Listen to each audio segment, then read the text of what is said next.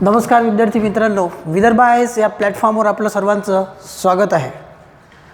तर current affair आपण जे नेहमी घेत असतो त्यामध्ये आपण 400 प्रश्न घेतो जे 2020 मध्ये राहते आणि 2020 चे जे 400 प्रश्न आपल्याला मिळतात ॲपवरती ते 11 एप्रिलच्या एक्झामसाठी आपल्याला कंबाईनसाठी उपयोगी पडतात। हे ॲपवर आपण देतो, ॲपवर टाकतो, ते तुम्ही पाहत असाल, ठीक आहे। तर त्याचा उद्देश एकच आहे की ते प्रश्न तुम्हाला महत्त्वाचे 2020 मधले मिळावेत, म्हणून आपण कमीत कमी फीजमध्ये आपण ते देतो, ठीक आहे। म्हणून ते सर्वांनी जॉईन करावं। आणि दुसरी एक महत्त्वाची गोष्ट की करंट अफेअर आपण वाचत राहतो पण नेमकं काय वाचावं हे आपल्याला कळत नाही, म्हणून हा एक उद्देश आहे की तुमच्यापर्यंत ते प्रश्न पोहोचावेत जे आपल्या वाचनामध्ये कदाचित जाणार नाही किंवा त्या प्रश्नाची माहिती आपल्याला मिळावी ज्या प्रश्नाबद्दल आपल्याला इतरत्र वाचन करता येईल, हा त्यामागचा उद्देश आहे। आणि परीक्षा जवळ येत आहे आणि सर्वात महत्त्वाची गोष्ट, एक्झाम जेव्हा जवळ येते तेव्हा सर्व विषयापैकी एकच विषय आपल्याला महत्त्वाचा वाटतो आणि तो आहे करंट अफेअर, ठीक आहे। एक्झाम जवळ येत असताना नेमकं काय वाचावं हा आपला प्रॉब्लेम आहे, हा आपल्या एक कन्फ्युजन राहतं मनामध्ये, ठीक आहे। तर नेमक्या किती दिवसापासून वाचावं म्हणजे हे होईल। दुसरी एक महत्त्वाची गोष्ट, 11 एप्रिलला एक्झाम आहे म्हणजे आपल्याला त्या 2-4 दिवसामध्ये अख्ख्या 2020 मधलं करंट अफेअर वाचून घ्यायचं असं शक्य नाही, म्हणून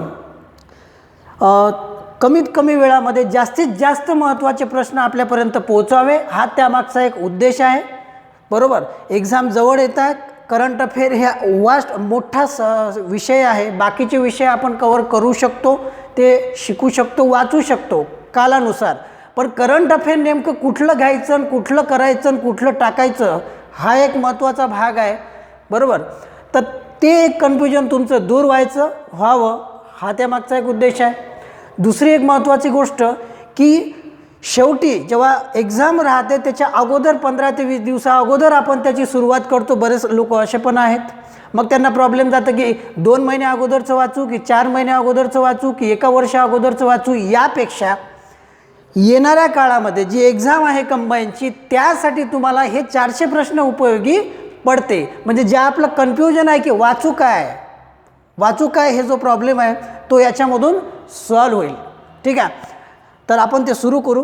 प्रश्न समजून घ्यायचे महत्त्वाचे आहेत आणि महत्त्वाचेच प्रश्न आपण घेत असतो। मी त्याच्यामागचा उद्देश तुम्हाला सांगितला आणि एक खोटी गोष्ट नाही आहे की एक्झाम जवळ येत असताना आपल्याला प्रॉब्लेम जातो फक्त करंट अफेअर।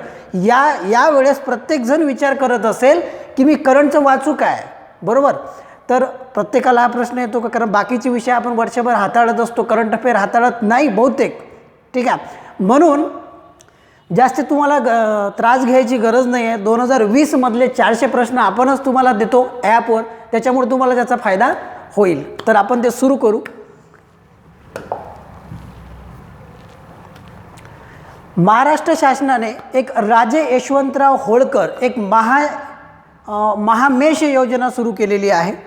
तर पहा, महामेष योजना काय आहे, तर हे महाराष्ट्र गव्हर्नमेंटची आहे, त्याला नाव दिलेलं आहे राजे यशवंतराव होळकर महाशेष योजना, ठीक आहे। आपल्याला विचारलं आहे की या योजनेचा उद्देश काय आहे, ठीक आहे। पहिली गोष्ट ते महाराष्ट्र गव्हर्नमेंटने सुरू केलेली आहे, याचा ॲप पण आहे, याची लिंक पण आहे जे तुम्ही बाजूला पाहत आहे, ठीक आहे। तर त्याचा उद्देश काय आहे, चांगला उद्देश आहे ते महामेषचा, ठीक आहे। तर महामेष योजना आहे ती, ज्याला नाव दिलेलं आहे राजे यशवंतराव होळकर।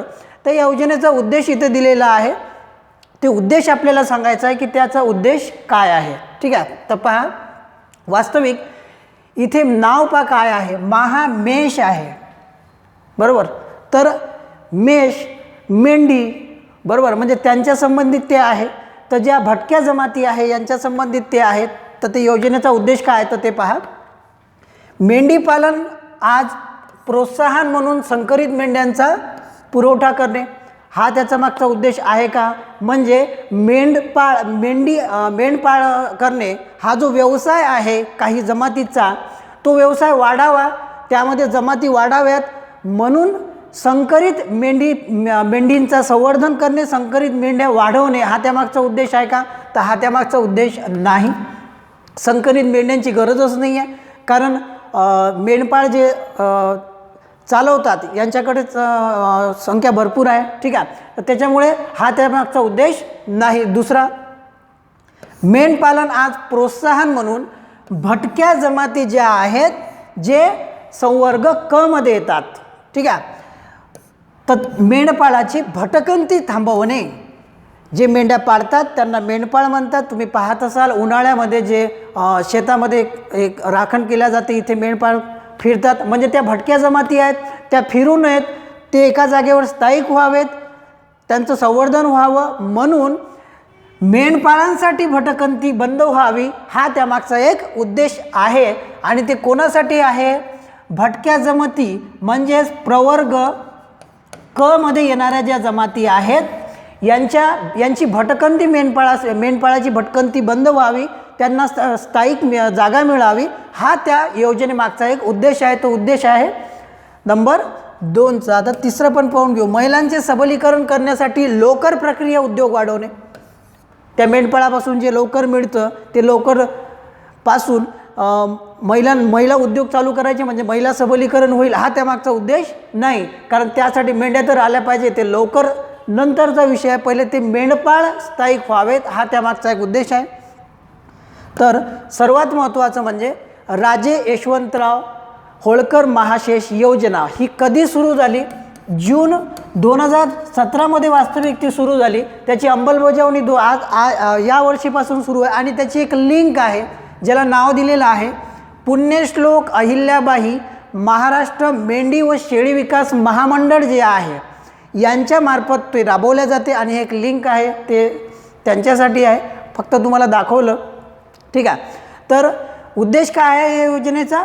या योजनेचा उद्देश आहे की मेंढपाळांची भटकंती बंद व्हावी म्हणून महाराष्ट्र गव्हर्नमेंटने राजे यशवंतराव होळकर महामेष योजना सुरू केलेली आहे. हे फक्त मेंढपाळांची भटकंती बंद व्हावी यासाठी आहे. ज्या भटक्या जमाती आहे ज्यांचा व्यवसाय मेंढी पाळणे, जे भटकत राहतात यांच्यासाठी ती योजना आहे, बाकी दुसरा याचा उद्देश नाही, ठीक आहे. तर आता दुसरा प्रश्न पाहू.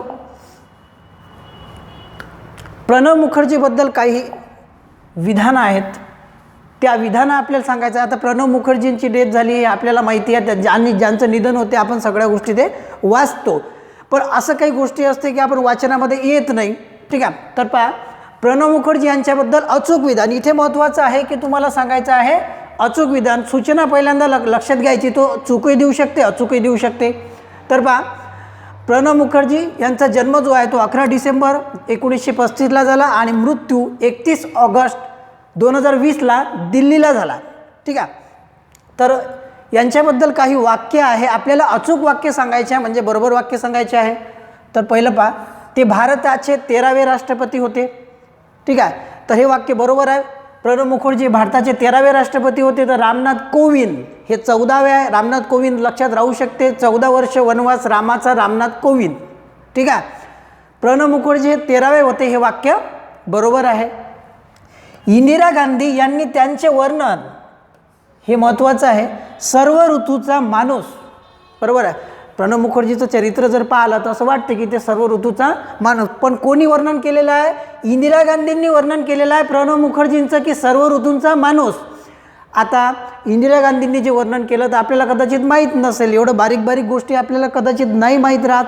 तर एक गोष्ट लक्षात ठेवायची, असे जे वर्णन केलेले वाक्य आहे हे कधी चुकत नसतात, बरोबर आहे. इंदिरा गांधींनी त्यांचं वर्णन सर्व ऋतूंचा माणूस असं जर केलं असेल तर केलं असेल, बरोबर आहे, कारण वर्णन विनाकारण कोणी खोटं करणार नाही, बरोबर.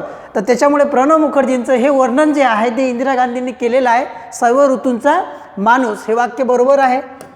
पहिलं बरोबर आहे, दुसरं बरोबर आहे. 13वे राष्ट्रपती होते, वर्णनही इंदिरा गांधींनी केलं आहे. नियोजन आयोगाचे ते अध्यक्ष होते, हे वाक्य चुकीचं आहे, कारण नियोजन आयोगाचे अध्यक्ष हे पंतप्रधान असतात आणि प्रणव मुखर्जी पंतप्रधान नव्हते, त्याच्यामुळे तिसरं वाक्य चुकीचं आहे.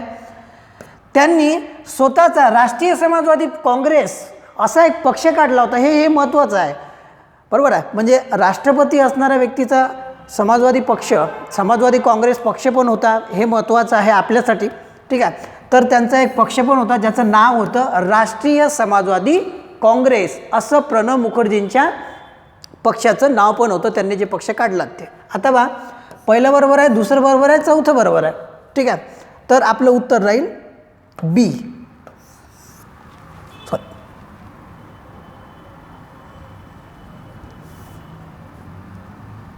डी 1 2 4 बरोबर. तर प्रणव मुखर्जींना 2019मध्ये भारतरत्न पण मिळालेला आहे. बरोबर, भारतरत्न त्या 2019मध्ये प्रणव मुखर्जीला पण मिळालेला आहे. त्याच्यानंतर सोरैया यांना पण मिळालेलं आहे. त्याच्यानंतर नाना देशमुख यांना पण मिळालेलं आहे. म्हणजे 2009मध्ये साधारणतः 3 लोकांना भारतरत्न 19मध्ये 3 लोकांना भारतरत्न मिळालेला आहे. त्यामध्ये प्रणव मुखर्जी पण आहेत. द कॉलियन इयर्स हे प्रणव मुखर्जीचं पुस्तक पण आहे. बरोबर, तर हे छोट्या छोट्या गोष्टी आहे, हे लक्षात ठेवायच्या. बरोबर, तर हे प्रणव मुखर्जीबद्दल जे वाक्य सांगितले मी, त्या वाक्यामधली ती माहिती आहे. ठीक आहे, तर हे प्रणव मुखर्जीबद्दल वाक्य होते.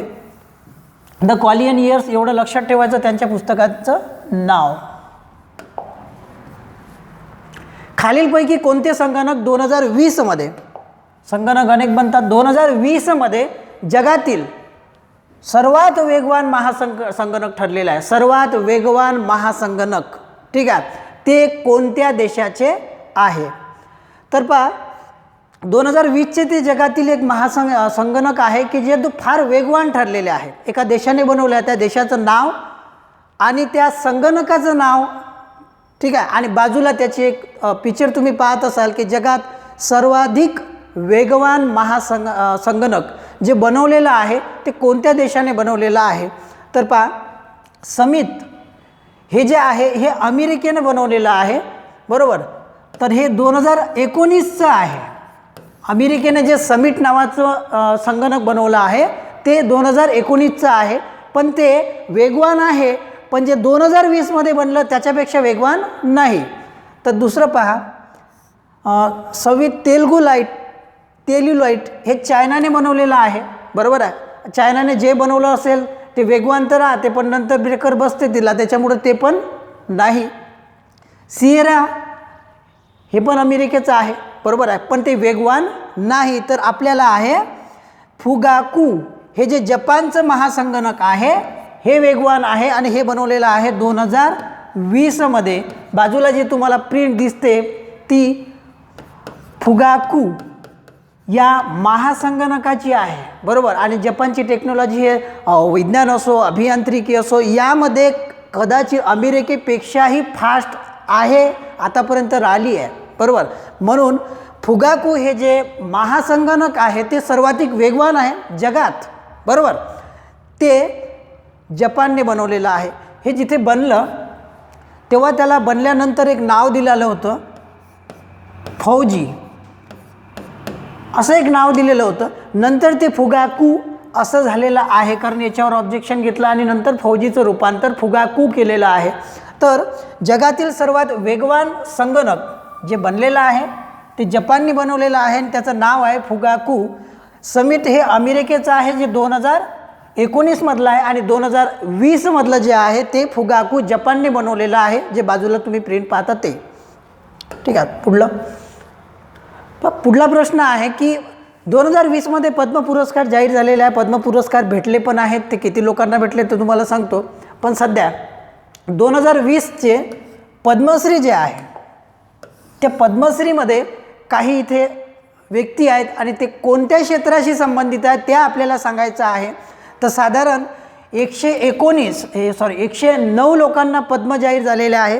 तर या 109 लोकांपैकी इथे 4 लोक दिलेले आहे. त्यांना कोणत्या क्षेत्रात कार्य करण्याबद्दल तो पद्म पुरस्कार दिलेला आहे हे आपल्याला सांगायचं. इथे व्यक्ती आहे आणि इथे त्यांचं कार्य आहे. ठीक आहे, तर आता 109 लोक तर आपल्या लक्षात नाही राहू शकत. इथे तर मी 4 दिले, पेपरमध्ये अजून दुसरे काही 4 येईल, लक्षात आलं. पण एक लिंक राहते त्याच्यामध्ये की आपण जेव्हा वाचत राहतो त्याच्यामध्ये ते आठवते आणि काही गोष्टी ह्या प्रश्न पाहून आपल्याला लक्षात येतात.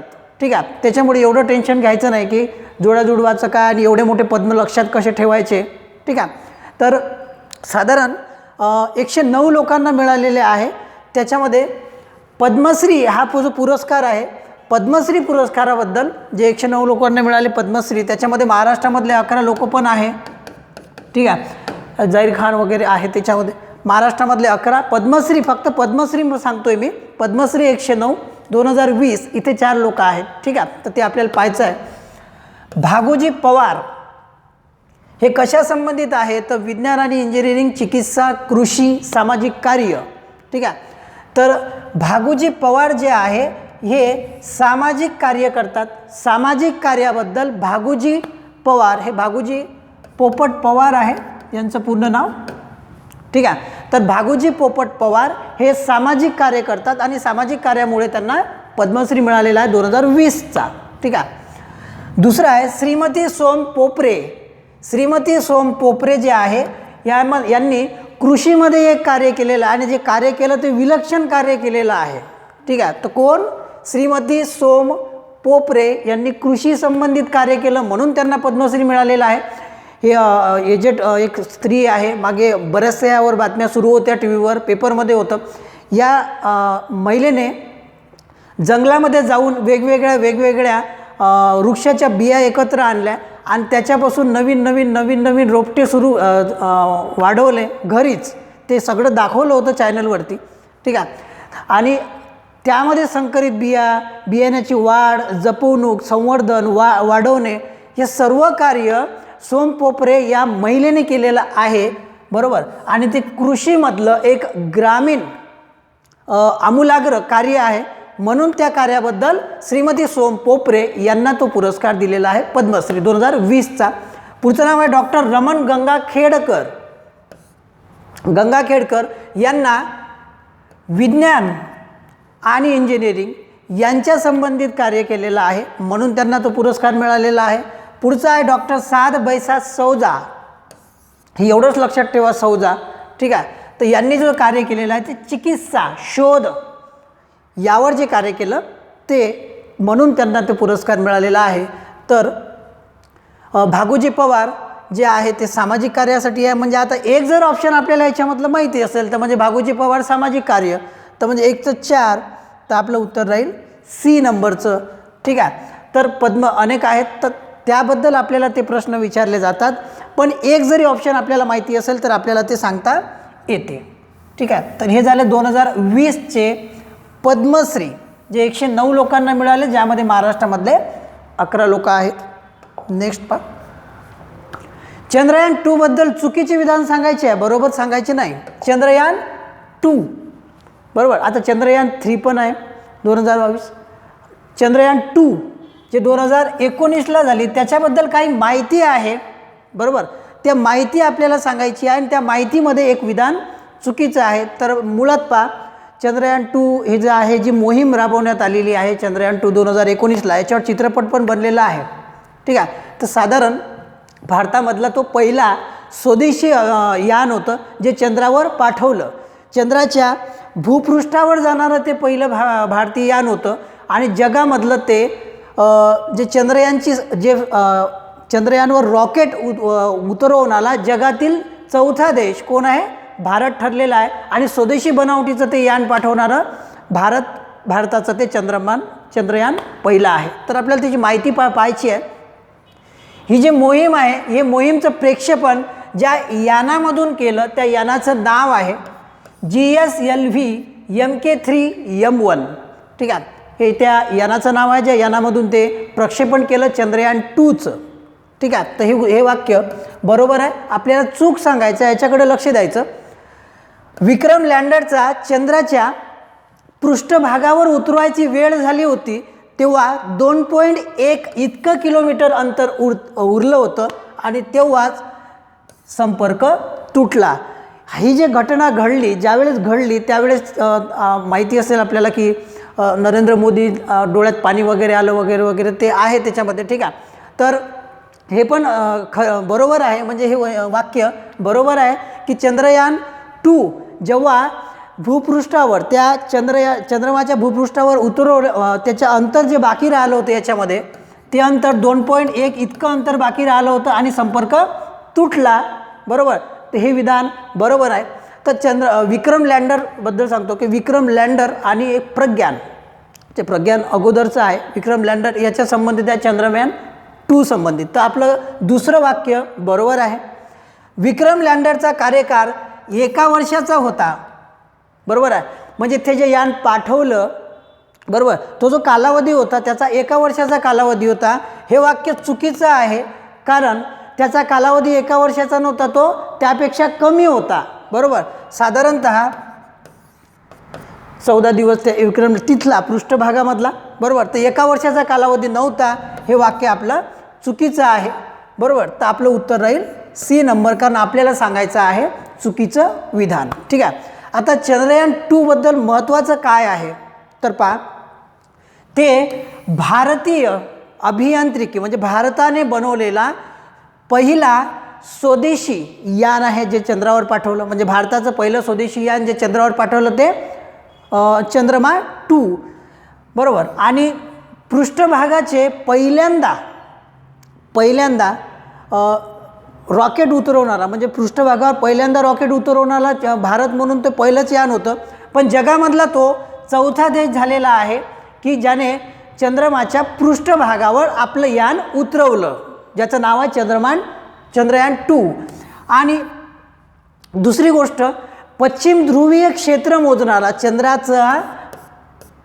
दक्षिण ध्रुवीय जे क्षेत्र आहे पृष्ठभाग मोजणारा, त्याची दक्षिण भागाची चंद्राची भाग मोजणारा भारत हा पहिला देश आहे ज्याच्यावर लँडिंग केली दक्षिण ध्रुवावर. ठीक आहे. दक्षिण ध्रुवावर लँडिंग करणारा आणि पृष्ठभागाची मोजमाप करणारा, माहिती मिळवणारा हा भारत हा पहिला देश आहे. म्हणजे स्वदेशी बनावटीचं ते पहिलं यान आहे. ठीक आहे. पण त्याच्यावर उतरवणारा तो चौथा देश आहे. दक्षिण ध्रुवीय उतरवणारा तो पहिला देश आहे भारत.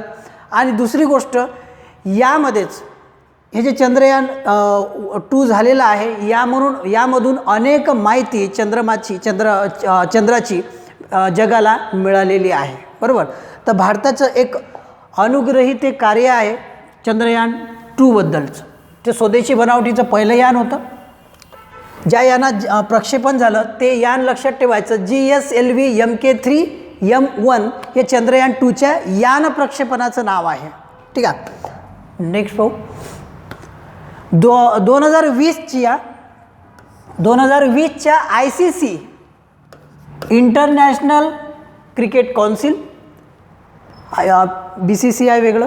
ठीक आहे. तर ICC क्रमवारीत पहिल्या क्रमांकावरची रँकिंग कोणी मिळवली 2020ला. तर एक गोष्ट लक्षात ठेवा, इथे बाजूला इथे पहा, जे रँकिंग आहे या दोघांमध्ये नेहमी चालूच असते. तर 2020 आणि दुसरी एक गोष्ट म्हणजे ही BCCIची रँकिंग नाही आहे. रँकिंग कोण देतं? ICC देतं, इंटरनॅशनल क्रिकेट कौन्सिल, बरोबर. आंतरराष्ट्रीय क्रिकेट बोर्ड जे आहे यामार्फत पहिला क्रमांक कोणाला मिळालेला आहे तर पहिलाच काय, पहिल्या 2 क्रमांकावर पहिले भारतीयच आहे. ठीक आहे. तर आपल्याला विचारला आहे 2020चा, बरोबर.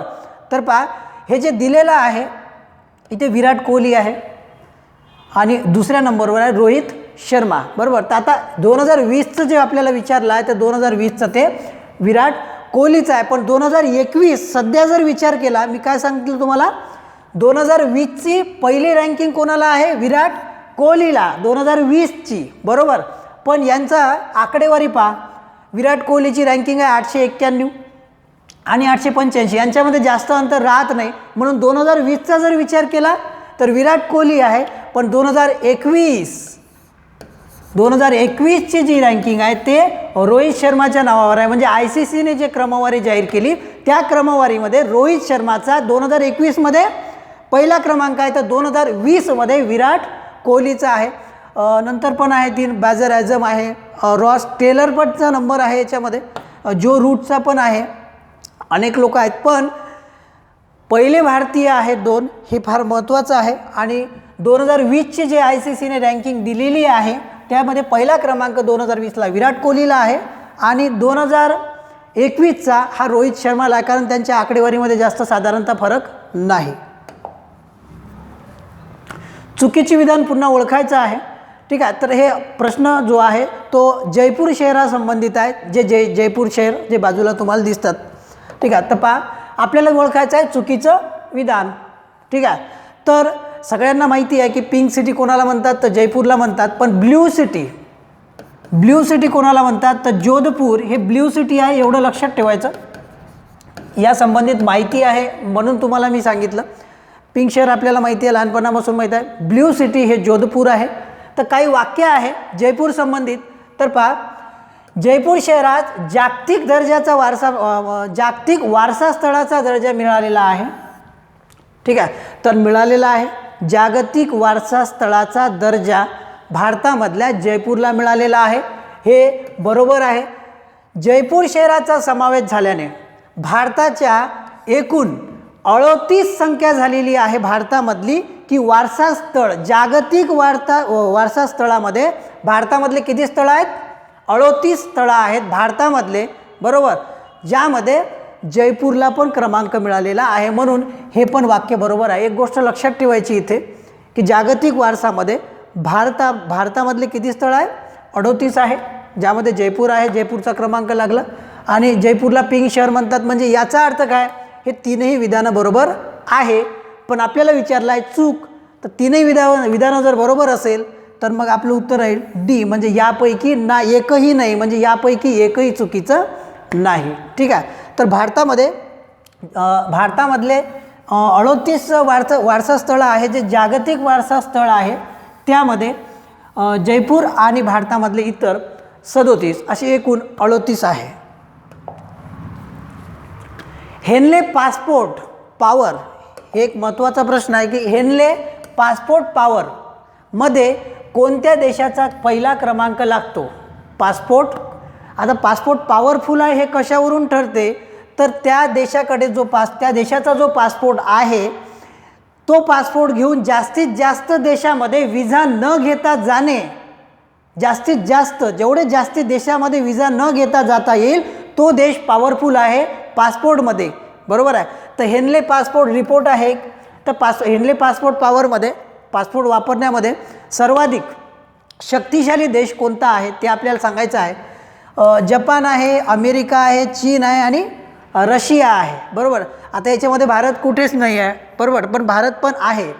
तर सर्वाधिक पॉवरफुल पासपोर्ट जगामध्ये, सर्वाधिक पॉवरफुल पासपोर्ट आहे जपानचा, आणि जपानचा पहिला क्रमांक लागतो, कारण जपानच्या पासपोर्टने विजा न घेता 191 देशामध्ये जाता येतात, बरोबर. 191 देशामध्ये जाता येते, म्हणून पहिला क्रमांक सर्वाधिक. मी सांगितलं पॉवरफुल कशावरून, जितक्या जास्तीत जास्त देशामध्ये विजा न घेता जाणे म्हणजे तो पासपोर्ट पॉवरफुल आहे असं समजतात. म्हणजे जपानचा पासपोर्ट हा जगामध्ये इतर देशाच्या पासपोर्टमध्ये हा जास्त आहे, कारण तो पासपोर्ट घेऊन आपल्याला 191 देशामध्ये जाता येते. दुसरा क्रमांक अमेरिकेचा पण लागतो, 181 देश आहे, बरोबर आहे. चायनाचा पण आहे. ठीक आहे. तर इकडे बाजूला एक चार्ट दिला आहे, इंडिया कुठे आहे, तर पहा इंडियाचा क्रमांक लागतो, भारताचा क्रमांक पासपोर्ट पॉवरमध्ये 84वा आहे, बरोबर आहे. पण हा जो 84वा आकडा आहे तो 2020 नुसार आहे, लक्षात आलं. म्हणजे जगामध्ये भारताचा पासपोर्ट पॉवरमध्ये कितवा क्रमांक लागतो, 84वा 2020 नुसार. पण 2021 नुसार भारताचा 85वा. म्हणजे सध्या 2020मध्ये आता भारताचा कितवा झालेला, 21मध्ये किती झालेला आहे, 85. मग आता किती देशामध्ये जाता येते, तर 58 देशामध्ये जाता येते. म्हणजे भारताच्या पासपोर्टवर विजा न घेता 58 देशामध्ये जाता येते. म्हणजे भारताचा 2020 नुसार पासपोर्ट पॉवरमध्ये 84वा क्रमांक होता, तर 2021मध्ये तो 85वा क्रमांक झालेला आहे. इथे बांगलादेश पण आहे, 98वा क्रमांक आहे. नेपाळचा आहे 101वा. पाकिस्तानचा पण नंबर आहे याच्यात, 104वा आहे पण आहे. अफगाणिस्तानचा पण आहे 107वा आहे. श्रीलंका आहे 97. भूतान आहे 89. मालदीव पण आहे 61. आणि भारताचा त्याच्यामध्ये 2020 नुसार 84वा क्रमांक आहे आणि 2021 नुसार 85वा आहे. पण जगामध्ये सर्वाधिक पॉवरफुल पासपोर्ट हा जपानचा आहे, कारण जपानच्या पासपोर्टवर आपल्याला 191 देशामध्ये विजा न घेता जाता येते. पण बरेचसे देश आहे आणि त्यामध्ये भारताचा क्रमांक आपल्याला लक्षात ठेवायचा आहे. आणि पहिले 2 क्रमांक, पहिला जपान आणि दुसरा अमेरिका, तिसरा चायना. ठीक आहे. तर हे पासपोर्टबद्दल होतं. हेनले पासपोर्ट पॉवर देशाची. राष्ट्रीय कुटुंब सर्वेक्षण एक कार्यक्रम आहे. राष्ट्रीय कुटुंब सर्वेक्षण कार्यक्रम ज्यामध्ये कलम 4 किंवा 4 नुसार भाग 4 नुसार काही माहिती दिलेली आहे. ती माहिती आपल्याला पाहिजे आहे की हे जे राष्ट्रीय कुटुंब सर्वेक्षण कार्यक्रम आहे, तर हा राष्ट्रीय सर्वेक्षण कुटुंब कार्यक्रम जो राबवण्यात आला, तर इथे दिसते तुम्हाला की माझे कुटुंब माझी जबाबदारी. बरोबर आहे. माझे कुटुंब माझी जबाबदारी हे कोणती जबाबदारी आहे? ही लोकसंख्या संबंधित जबाबदारी आहे, दुसरी जबाबदारी नाही. ठीक आहे. तर माझे कुटुंब माझी जबाबदारी हे लोगो आहे त्याच्यामधला. ठीक आहे. तर जो महाराष्ट्र गव्हर्नमेंटने सुरू केलेला आहे, तर राष्ट्रीय कुटुंब सर्वेक्षण कार्यक्रम जो आहे, तो कार्यक्रम जो आहे त्याच्यामधलं 4 कलम जे आहे, तर चौथ्यामध्ये काय दिलेलं आहे ते आपल्याला पाहायचं आहे. तर ठीक आहे. तसं एक सर्वेक्षण आहे भारतामधलं राष्ट्रीय स्तरावरचं. भारतात एकूण जनदर जो आहे हा 2.1ने कमी झालेला आहे. म्हणजे भारतामधला जो जन्मदर आहे तो 2.1ने कमी झालेला आहे. बरोबर. ते एक चांगली गोष्ट आहे की 2.1ने कमी तर झाला. ठीक आहे. तर आता हे वाक्य बरोबर आहे की भारताचा एकूण जो जन्मदर आहे, वार्षिक जन्मदर, या वार्षिक जन्मदरामध्ये साधारणतः 2.1 इतकी घसरण आलेली आहे. म्हणजे 2.1ने जन्मदर हा कमी झालेला आहे. ठीक आहे. ते वाक्य बरोबर आहे. आता हा जो दर आहे 2.1 हा भारताचा दर आहे. ठीक आहे. भारताचा जन्मदर जो कमी झालेला आहे तो 2.1ने कमी झालेला आहे, तर जागतिक सरासरीपेक्षा जास्त आहे. बरोबर. पण आपल्याला जागतिक सरासरी माहीत पाहिजे ना. भारताची सरासरी कितीने कमी झालेली आहे? 2.1ने. तर जागतिक सरासरी किती आहे? तर जागतिक सरासरी आहे 2.3. बरोबर आहे. तर जागतिक हा काय म्हणते, हा दर जागतिक सरासरीपेक्षा जास्त आहे तर नाही. जागतिक सरासरीपेक्षा भारताचा जो जन्मदर आहे तो कमी झालेला आहे. 2.1 आहे, इथे 2.3 दिलेला आहे. म्हणजे दुसरं वाक्य आपल्याला चुकलेलं आहे. बरोबर. पण 2 गोष्टी आपल्याला लक्षात आल्या की भारताचा जो जन्मदर आहे तो 2.1ने कमी झालेला आहे भारताची सरासरी लोकसंख्यामध्ये, आणि जगाची सरासरी लोकसंख्यामध्ये जो जन्मदर आहे तो 2.3 इतका कमी झालेला आहे. बरोबर. म्हणून जागतिक सरासरीपेक्षा जास्त नाही, कारण 2.1 आहे, हा 2.3 आहे. म्हणजे जागतिक सरासरीपेक्षा भारताचा कमी आहे, इथे त्याने जास्त दिलेला आहे. हे गोष्ट लक्षात ठेवायची. ठीक आहे. तर दुसरं विधान चुकलेलं आहे. यावरून काही वर्षात, कारण जन्मदर कमी झाला म्हणून युवकांची संख्या कमी होईल. बरोबर आहे. कारण म्हातारे तर मरून जातील. जन्मदर कमी झाल्यामुळे युवकांची संख्या कमी होईल. तर आता युवकांची संख्या कमी होईल हा एक सर्वे आहे, हे त्याच्यामधला एक आकलन आहे. बरोबर. त्याच्यामधला एक निष्कर्ष आहे. तो निष्कर्ष यशाची जुळता आहे का हे आपल्याला सांगायचं आहे. तर हे कोणाला पण समजते की जर 2.1ने जर जन्मदर कमी झाला असेल तर युवकांची संख्या ही कमीच होईल. हा या राष्ट्रीय कुटुंब सर्वेक्षण कार्यक्रमामधला काढलेला निष्कर्ष आहे, आणि हा निष्कर्ष पण खरा ठरतो. कारण जन्मदर जर कमी होत असेल तर युवकांची संख्या कमी होईल, म्हणून तो निष्कर्ष खरा आहे. म्हणजे हे बरोबर आहे. तर आपल्याला सांगायचं आहे चुकीचे विधान. तर आपलं चुकीचे विधान आहे फक्त 2. ठीक आहे. तर हा एक लोगो आहे जो राष्ट्रीय कुटुंब सर्वेक्षण कार्यक्रमासाठी चालवला जातो. ठीक आहे. तर तुम्हाला फक्त लक्षात ठेवायचं आहे की भारताचा लोकसंख्या सरासरी आहे, आणि सरासरी आहे ते सरासरी जन्मदर जो आहे तो 2.1ने कमी झालेला आहे. 2.1ने. तर जगाचा जो आहे तो 2.3ने जन्मदर कमी झालेला आहे. कोणत्या देशाने नुकतेच स्पेस फोर्स हे फारच महत्त्वाचं आहे. बरोबर. तर पहा, स्पेस फोर्स अनेक पाहिला तुम्ही, पण सॅटेलाईट हमले पण होतात, मिसाईल हमले पण होतात, रॉकेट हमले पण होतात. म्हणून अंतरिक्ष एक तुम्हाला पिक्चर दिसत असेल. ठीक आहे. तर याच्यामध्ये तुम्हाला स्पेस फोर्स कोणी सुरू केली आहे, तर कोणत्या देशाने नुकतेच स्पेस फोर्स सुरू केलेली आहे. म्हणजे अंतरिक्ष सुरक्षा हा त्याच्यामधला एक भाग आहे. बरोबर. तर अंतरिक्ष सुरक्षा होणे, नियंत्रण ठेवणे, देखरेख ठेवणे म्हणून स्पेस फोर्सची स्थापना केलेली आहे. आणि स्पेस फोर्सची स्थापना कोणत्या देशाने केली आहे? तर ऑप्शन आहे रशिया, अमेरिका, चीन आणि जर्मनी. आता हे देश सगळे करू शकतात, पण याचं उत्तर आहे अमेरिका. आणि स्पेस फोर्सची स्थापना करणारा अमेरिका हा जगातील पहिला देश ठरलेला आहे, बरोबर. तर स्पेस हमले जे होतात, अंतरिक्ष हमले होतात, उपग्रह हमले होतात आणि सॅटेलाईट हमले होतात, सॅटेलाईटला नियंत्रित करून हमले केले जातात. म्हणजे आता ते होणार नाही, सुरक्षा राहील आणि देखरेख राहील. यासाठी अंतरिक्ष सुरक्षा म्हणून अमेरिकेने स्पेस फोर्स नुकतीच सुरू केलेली आहे, बरोबर.